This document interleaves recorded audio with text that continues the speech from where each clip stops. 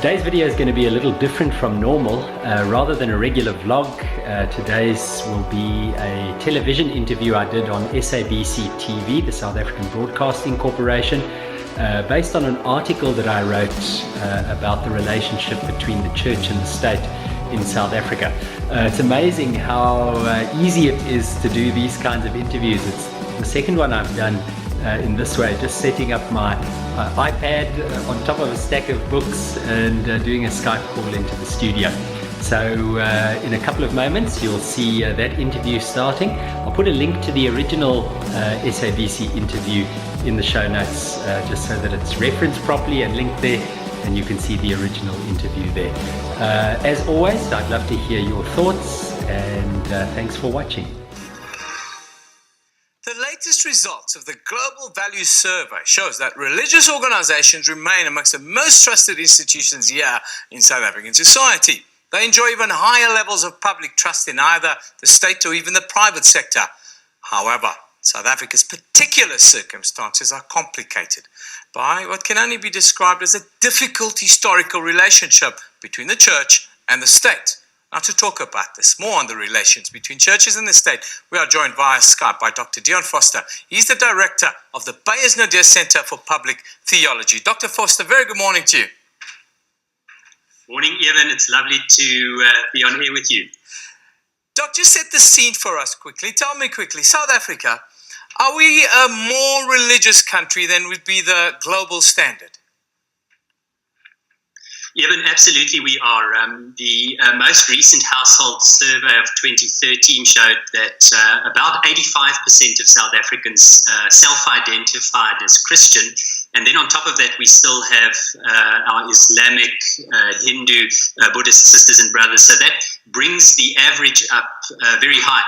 That's an increase from the last national survey of 2001, where the average was 79%.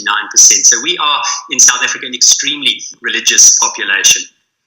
Talk to me about the role of the church in a democratic society and what the expectation is of the church, I would think, within that democracy.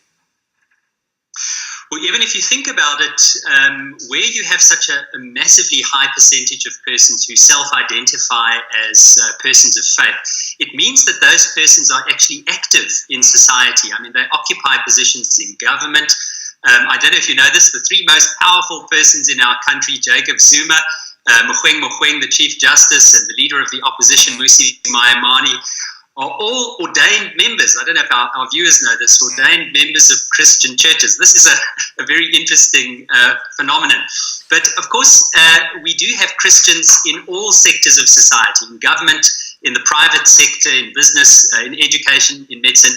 And certainly the values of their faith should influence the way in which our country operates. The ordinary citizens, of course, also have a role to play. And we see particularly through denominations that we should expect that church bodies like the South African Council of Churches, bishops' meetings, moderators' meetings, should affect the policy of the nation for the common good of all of its citizens. When is it okay for the church to step into the breach of politics and comment in politics and try and influence politics? Well, I think it's always acceptable for the church to engage in the work of working for the good of society and holding those who have power accountable. I think it's irresponsible for us to separate faith and public life. You know, I would rather know what people believe and why they believe it and see their convictions borne publicly than have those things influence policy or decision-making behind the scenes. Even the other thing that I think it's important for us to realize is that all faith is political. I mean, if you believe things and you live according to those beliefs, they're going to have consequences for your economic, your political and your social living. So I think in that sense, it's always appropriate for persons of faith to work for the good of their societies.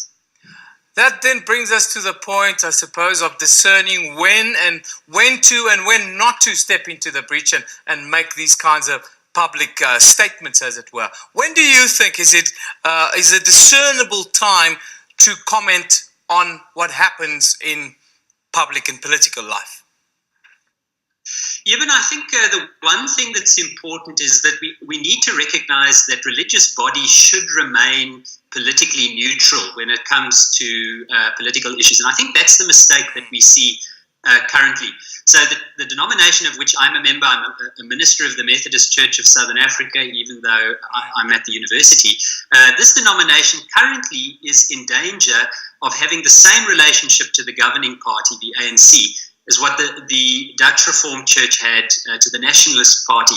I saw recently a report that 65% of parliamentarians in the last census indicated they belong to this denomination. And we have to be careful that we don't allow political party issues to affect our constituencies. It is an exceptionally dangerous thing when people who trust their religious institutions are influenced in terms of party politics, and we shouldn't see that happening. So the churches should be active, and Christians should be active in working for justice and the common good in society. But for me, it's an extremely dangerous thing when we see political parties or individuals from particular religious groupings using that influence to capture a constituency. I think in some senses that becomes church capture. What do you then make of the State of Capture report that was put forward by the South African Council of Churches a little bit earlier in the week? I happen to think, Eben, that the South African Council of Churches is fulfilling their role responsibly.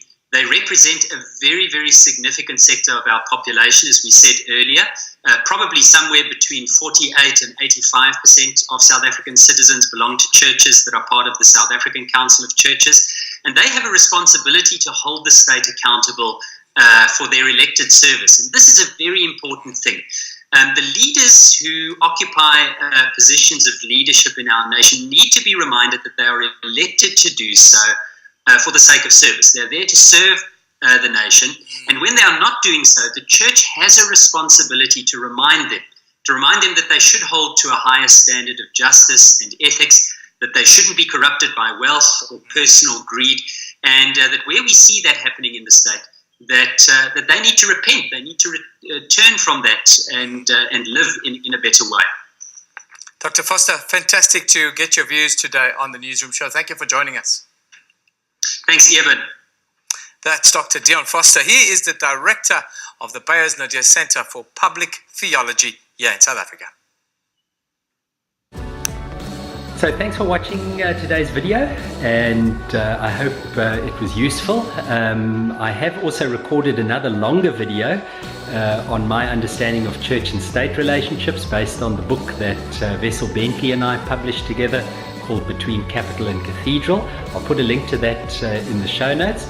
I'd love to hear your views. Do you agree or disagree? In particular, after the interview was finished, I thought to myself, surely there must be some limit to the role that the church should be allowed to play, or religion should be allowed to play in a multi-faith or a secular democracy. And I don't think I expressed that clearly enough in the interview. But certainly there is a role for persons of faith and for faith-based institutions in the secular democracy. So thanks for watching. I'd love to hear your views and thoughts. Please like the video if you found it useful. Feel free to share it with others if it was useful. And follow me on Twitter at Digital Dion, or you can connect with me on YouTube, Dion Forster, or on my website, dionforster.com. So thanks for watching.